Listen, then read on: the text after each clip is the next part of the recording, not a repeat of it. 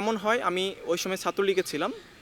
তো আমার স্পষ্ট মনে আছে যখন ৫৬% কোটা পদ্ধতি আবারও ফিরে আসতেছিল, ওই সময় আমার স্ট্যাটাস ছিল এমন যে ৫৬% কোটা ব্যবস্থা ফিরে আসতেছে, এই ব্যাপারটা ছাত্রলীগ সামনে থেকে নেতৃত্ব দিবে এবং নেতৃত্ব দিয়ে মেধার ভিত্তিতে যে নিয়োগ, সেই নিয়োগ চলমান থাকবে। কিন্তু আমি খেয়াল করি ছাত্রলীগ তো এই নেতৃত্বে আসেই না এবং তারা কি করে, তারা আমাদেরকে বিরোধিতা করে এবং সেই সাথে যখন আন্দোলনের তীব্রতা বাড়তে থাকে তারা আমাদের বাধা দেয়। এমন হয় প্রথম দিকে আমরা আন্দোলনে যেতাম হল থেকে ইন্ডিভিজুয়ালি, একা একা যেতাম, গ্রুপ করে বা দলবদ্ধভাবে বা মিছিল নিয়ে ওইভাবে আমরা যেতাম না। তো যখন আমাদের বৈষম্য বিরোধী ছাত্র আন্দোলনের ব্যানার হয় তখন আমরা হল থেকে আমাদের বড় ভাই যারা ছিল, আজিজ ভাই ছিল, লিমন ভাই ছিল, যারা ছিল হলে সবাই আমরা একসাথে, রিয়াজউদ্দিন সাকিব ছিল, সবাই আমরা একসাথে হলে টাকা ওঠানোর পর সবাই চেষ্টা করি যাতে আমরা গ্রুপ আকারে বের হতে পারি। একটা ব্যানার থাকবে বৈষম্য বিরোধী ছাত্র আন্দোলন মাস্টারদা সূর্য সেন হল। তো এমন হয়।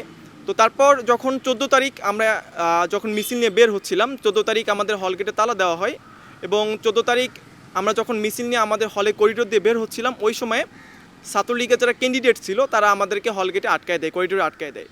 তো ওই সময়ে আমি আমারে এক ক্যান্ডিডেট, উনি আমার ওপর হাত উঠাইতে ধরে। সামহাউ আমাদের গ্রুপের এক ক্যান্ডিডেট ছিল, নাম অভি, তৌহিদুজ্জামান অভি। ওই ভাই আমাকে মানে মারতে যখন ধরে তখন হাতটা সরায় দেয় সামহাউ, মানে আমাকে আর কি মানে মারতে পারে নাই। তো তারপর তারা আমাদের যে মিছিলটা ছিল সেটা ছত্রভঙ্গ করে দেয় এবং এমন হয় আমরা পরবর্তীতে আমাদের যে হলের যে লন্ড্রি দোকান ছিল সেই লন্ড্রি দোকানের পাশ দিয়ে একটা দরজা ছিল, সেই দরজার মাধ্যমে আমি এবং খালিদ ভাই দেয়াল টপকে বের হয়ে যাই। আমাদের হলের সিনিয়র চতুর্থ মাস্টার্সের শিক্ষার্থী এখন খালিদ ভাই, আমরা বের হয়ে যাই।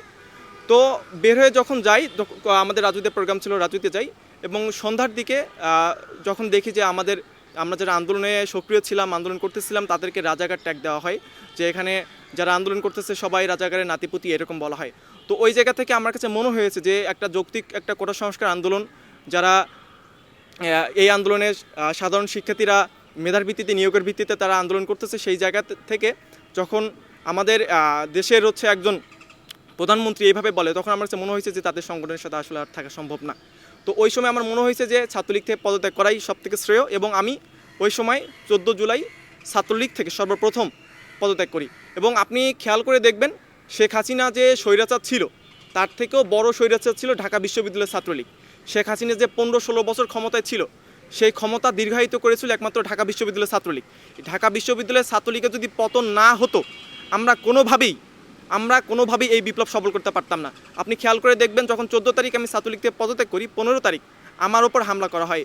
15 তারিখ আমরা এখানে আমাদের যখন 15 তারিখের আমাদের কর্মসূচি ছিল রাজুতে, সেই রাজু থেকে আমাদের কর্মসূচি যখন বলা হয় যে 71 হলে আমাদের সহযোদ্ধাদের আটকে রাখা হয়েছিল, ওই সময়ে আমরা সবাই রাজু থেকে আমাদের 71 হলের সামনে আসি এবং এখানে আমাদের এই যে মল চত্বরে আমাদের ছাত্রলীগের সাথে আমাদের ধাওয়া পাল্টা ধাওয়া তৈরি হয় এবং এক পর্যায়ে এমন হয় আমি ভিসি চত্বরে দুইটা বাস ছিল, লাল বাস, ওই সময় ভিসি চত্বরে দুই বাসের চিপায় আমি পড়ি এবং আশেপাশে যারা ছিল, দুইটা বাসের মাঝামাঝি আমি ছিলাম, আশেপাশে যারা ছিল সবাই মোটামুটি এত বড় বড় ইট আর কি ছিল, সেগুলো দিয়ে সবার মাথা ফেটে যাচ্ছিলো, রক্ত আসতেছিল। আমি মাঝামাঝি থাকার কারণে মাথায় হাত দিয়ে বসে যাই ওখানে, যাতে আমার কাছে না লাগে। তো এমন হয়েছে যখন ওরা মারতেছিল আর বের করে দিচ্ছিল, এমন হয়েছে যখন আমি বের হচ্ছিলাম তখন এখান থেকে আমাদের হলের এক ভাই ছিল আরিফ নাম, উনি শয়নের রাজনীতি করতো, উনি আমাকে মারতে মারতে একদম আপনার উদয়ন পর্যন্ত নিয়ে যায়। আমি মাঝখানে এমন হয়েছে যে আমি হাঁটতে পারতেছিলাম না, আমি গিয়ে আমাদের যে ব্রিটিশ কাউন্সিল ছিল, ব্রিটিশ কাউন্সিলের সামনে গিয়ে বসি, কারণ আমার মাথায় এটা ছিল যে এখানে সিসি ক্যামেরা আছে, হয়তো এখানে এসে মারবে না। কিন্তু ওখানে গিয়ে যখন মারে তখন ওখান থেকে বের আমি উদয়নের সামনে যাই। উদয়নের সামনে গিয়ে আমি দেয়াল টপকে আমি সলিমুল্লাহ মুসলিম হলে সামা ওখানে গিয়ে পৌঁছে আর কি। ওখানে আমার বন্ধু হাবিবুর ছিল এবং ওই হলের রাজু আহমেদ নামে এক ভাই ছিল, সে ভাইয়ের সহযোগিতায় ভাই ওই সময় আমাকে 500 টাকা দেয়, ওইটার সহযোগিতায় তোমার কাছে যেহেতু টাকা পয়সা কিছু নেই তুমি এটি নিয়ে যাও। তো ওইটা ভাই এবং রাজু ভাই এবং হাবিবুরের সহযোগিতা আমি ঢাকা মেডিকেলে যাই এবং ঢাকা মেডিকেলে গিয়ে কিছুক্ষণ থাকার পর ওখানে আমার আরও অনেক বন্ধুবান্ধব ছিল, তাদের সহযোগিতা নিয়ে ওখানে কিছুক্ষণ ট্রিটমেন্ট নেওয়ার পর যে শুনি যে ঢাকা মেডিকেলে গেটে ছাত্রলীগ চলে এসেছে। ওই সময়ে তারা আমার বন্ধু যারা ছিল, সুজন ছিল, হাবিবুর ছিল, ওরা আমার নিয়ে পাশের যে নতুন বিল্ডিং সেই নতুন বিল্ডিংয়ে চলে যায়। ব্যাপারটা এমন হয়েছে যে আমি যে মার খাওয়ার পর যে একটু ট্রিটমেন্ট নিব, ওদের কাছে ছিল রড ছিল, কারণ ওই সময় অবস্থা খুবই খারাপ ছিল, মানে আমি সামনাসামনি হাঁটতেছি পিছন ধরে মারতে মারতে নিয়ে যাচ্ছে, আমি তো দৌড়িতে পারতেছিলাম না। রড ছিল, তারপর হচ্ছে আপনার প্লাস্টিকের পাইপগুলো যেগুলো ওগুলো ছিল, কাঠ ছিল, এগুলোতে মারতেছিল আর কি। সেজন্য আমার পিছনের অবস্থা খুবই খারাপ ছিল ওই সময়। তো আমি আসলে প্রপার ট্রিটমেন্ট পর্যন্ত নিতে পারিনি। তারপর ওখান থেকে সরাসরি চলে যাই হচ্ছে আমার বন্ধুর বাসায় নারিন্দায়। সুজনের বাসা ছিল ওখানে, ওখানে প্রায় 14-15 দিন অসুস্থ অবস্থায় ছিলাম। বর্তমানে যদি বলি, ঠিক আছে, এরপরে আমি 29 তারিখে ওখান থেকে বের হয়ে আমি হচ্ছে আমার গ্রামে চলে যাই। কারণ ওই সময় আমার সরাসরি কন্ট্যাক্ট হতো আব্দুল কাদেরের সাথে। আব্দুল কাদেরের সাথে যে কোনো পরামর্শ, আন্দোলন কোন দিকে যাচ্ছে, কী হচ্ছে না হচ্ছে, সব কিছু আব্দুল কাদেরের কাছ থেকে। আব্দুল কাদের ভাই আমাকে ফোন দিত, আমিও কাদের ভাইকে ফোন দিতাম সরাসরি, কারণ ওই সময় সবার সাথে আসলে কানেকশন ছিল না। তো আব্দুল কাদের ভাইয়ের সাথে সরাসরি কানেক্টেড ছিলাম। যে কোনো পরামর্শ কী করতে হবে না করতে হবে, যে কোনো দিক নির্দেশনা ভাই আমাদের দিত।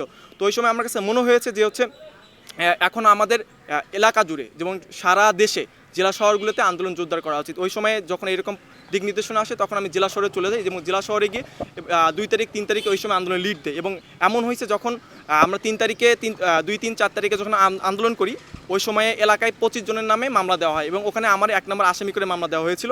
এবং এইটা শোনার পর আমি 4 তারিখেই আমার বাড়ি থেকে আমি গাইবান্ধা সদরে যাই, আমার বাসা সাদুল্লাপুর উপজেলা থেকে গাইবান্ধা সদরে যাই। এবং সেখান থেকে যখন শুনি যে আগামীকালই লং মার্চ টু ঢাকা, আমি ওই দিন রাতে আসলে বের হইতে পারিনি। আমি 5 তারিখ সকালবেলা বের হই লং মার্চ টু ঢাকার উদ্দেশ্যে। 5 তারিখ সকালে বের হই এবং ওখান থেকে বের হয়ে চলে আসি, এবং বের হওয়ার রাস্তায় শুনতে পাই যে আচ্ছা আমাদের যে সরিষারি হাসিনা সে পালিয়ে যাচ্ছে, এরকম শুনতে পাই।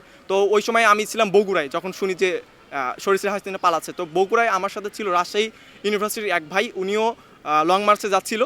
তো আমরা 2 জন একটা ট্রাকে করে মানে ঢাকার উদ্দেশ্যে রওনা। এবং পরবর্তী দিন প্রায় ভোর 4টার সময় আমরা 5 তারিখ 6 তারিখ হয়ে যায় আর কি, ভোরের দিকে, সেই সময় আমরা হচ্ছে রামপুরায় ওখানে চলে আসি। এবং ওখান থেকে যখন ওখানে গোলাগুলি হচ্ছিল, ওখান থেকে আমরা বের হয়ে আমরা হচ্ছে পূর্বাচলের ওখানে চলে যাই। এবং পূর্বাচলে প্রায় সকাল 6টা পর্যন্ত ছিলাম। এবং সকাল 6টা থেকে থাকার পর যখন সব কিছু শান্ত হয়ে যায়, পরিস্থিতি শান্ত হয়ে যায়, এবং ওই সময় আমি সকালবেলা আমাদের সূর্য সেন হলে প্রবেশ করি।